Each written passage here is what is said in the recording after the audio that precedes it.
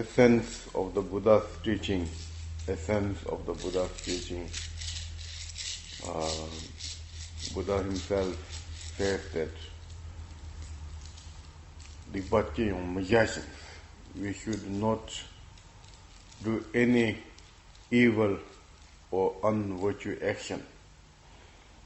And then it says we should do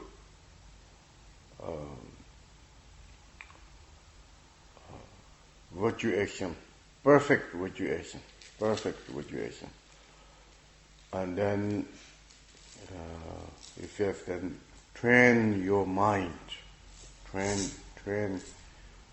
your mind, by yourself. And he says that is the Buddha's teaching. So it's only 4 sentences.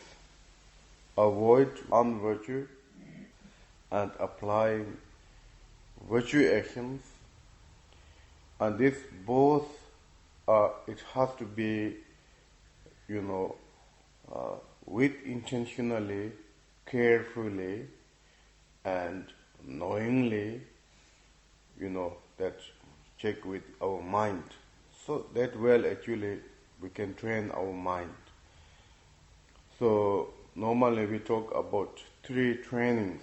The Buddhism, we talk about 3 pitaka, 3 trainings. Training of the ethic, training of the meditation, training of the wisdom, or development of the wisdom. So these called 3 trainings. Antidote of the negative emotion of the desire, and anger and ignorance. So general, we do have ignorance, which we don't know what is right and what is wrong. Of course we know something, what you trained, what you learned, many things, what is right and what is wrong, but also many things, such like really the cause and condition of the really happiness we are lack, and also knowing of the true phenomena we are lack of wisdom. So that's called ignorance. And then when we have ignorance, then ignorance makes mistake. Something we think this is very good, and we are very much desiring on that, and producing desire. And then when this desire doesn't work as our wishes, then the producing of the anger. So therefore these 3 basic negative emotions, the ruling of our life. So antidote of that, and then Buddha talk about training of the ethic, training of the meditation, training of the wisdom, so-called 3 trainings. And then detail of these teachings, they call 3 pitakas, many volumes. But then when you put short, he says, don't do the unvirtue actions, and that is more ethic. So ethic, when you hear of the ethic, is more like physically and verbally. Of course, there is also ethic of the mind, but general, when we talk about ethic, I think more the applies of the action of the body and speech. So on virtue actions, mostly, when we talk about unvirtue action is more like, physically. For example, don't kill, don't steal, don't lie, and more like there is 10 virtues, like 3 from the body, 4 from the speech, 3 from the mind, but more kind of people concerning of the ethic, the physical. So therefore, the first sentence, that don't do the unvirtue, is more ethic, training of the ethic, which is antidote of the desire of the negative emotion.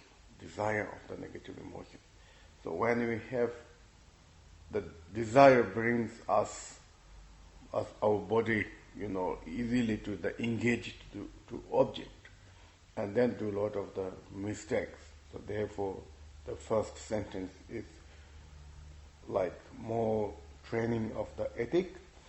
And then when we talk about do perfectly virtue actions, and that more training of the actually the meditation or samadhi, or training of the mind, or more like training of the samadhi, actually training of the samadhi. For example, sometimes we doing virtue actions, looks like virtue actions. We do presentation, we do reciting, we do offering something. It's very virtue, formally very virtue. But we don't know that it's really a complete or perfect virtue. So perfect virtue, it has to come from the mind. That is something that's very important, Like, I think that we do protect animals' lives. For example, in China nowadays, what I heard is the lamas, the practitioners, the millions of the fish, every day they are free life. This action is totally something virtue. And then there is also, we don't know really from the heart, like conventionally. For example, also in Tibet or many Buddhist countries, the beginning when they're starting do action, good actions, are more really practiced. But then this become very popular, and then become those virtue actions become like cultural tradition. And then that virtue actions also become like show up. So therefore, always, even we do one recite mantra or one presentation, that virtue, it has to, like kind of the good motivations, really like bring from our heart, not harm others because it will be really harm them, not because of the Buddha said, not because of the teacher says, not because of this is Buddhist action, but more we need to, if we do something and that animal or others are suffering, if we have this, we don't like suffering. So because of that, no one likes also suffering. So thinking of really others suffering is most important.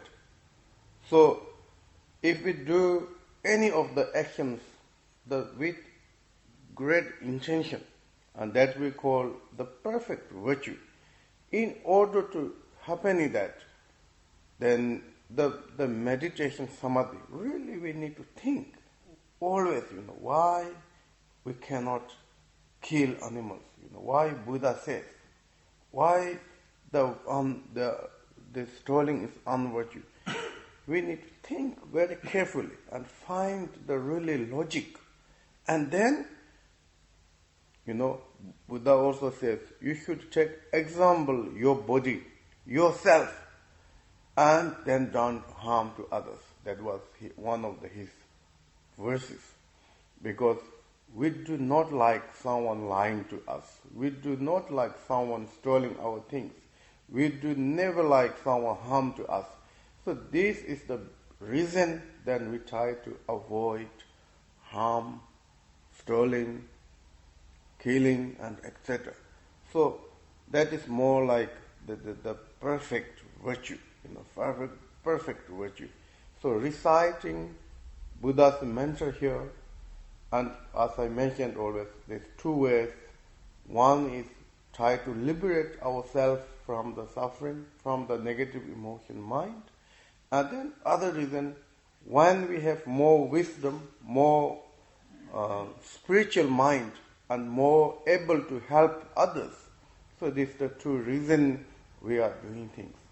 And as well as also offering, prostration, everything is same reason. So we need to really think something from the mind. And also when you do meditation at your home, same things. Try to generate good motivation. It's one of the very important of the Buddha's kind of enlightenment path. So therefore, the perfect virtue, training of the samadhi, or the training of the samadhi. And when we have this physically virtue with pure mind, pure motivation, I think that is the only solution to, tame our own mind. Because the mind distracted by two ways. One is we are physically very much busy, and that's where also our mind distracted. And when we have really distracted, then there is no such knowledge of the listening, wisdom of the analyzing, wisdom of the meditation, even there is no really peace of the mind. Then other than distracted, even you're physically, you are retired or whatever, or you are in the solitary place, but mentally we are still distracted into the worldly, very much. So, same things, as long as that our mentally distracted into the object or worldly, then your body is somewhere in the remote place, like Jokioinen. But still, our mind is in Helsinki or Tampere or Forza. We can create many things. So therefore, there is no perfect virtue. Perfect virtue makes mind become more peace. Mind become more into the, into on place or virtue. So that way then the increase of the, our wisdom. As I mentioned, without distracted by body and mind, then mind become more calms and more appears of the realizing, the realization. So one of the great Bodhisattva called Muchu Tome says, when our mind become more clear or calm, and then you will find more certainty of the Dharma, practice virtue, and he says, so therefore, then the third, the training of our mind, it will come. That is the more wisdom. Really antidote of the all negative emotion is the wisdom. Wisdom can remove of our ignorance.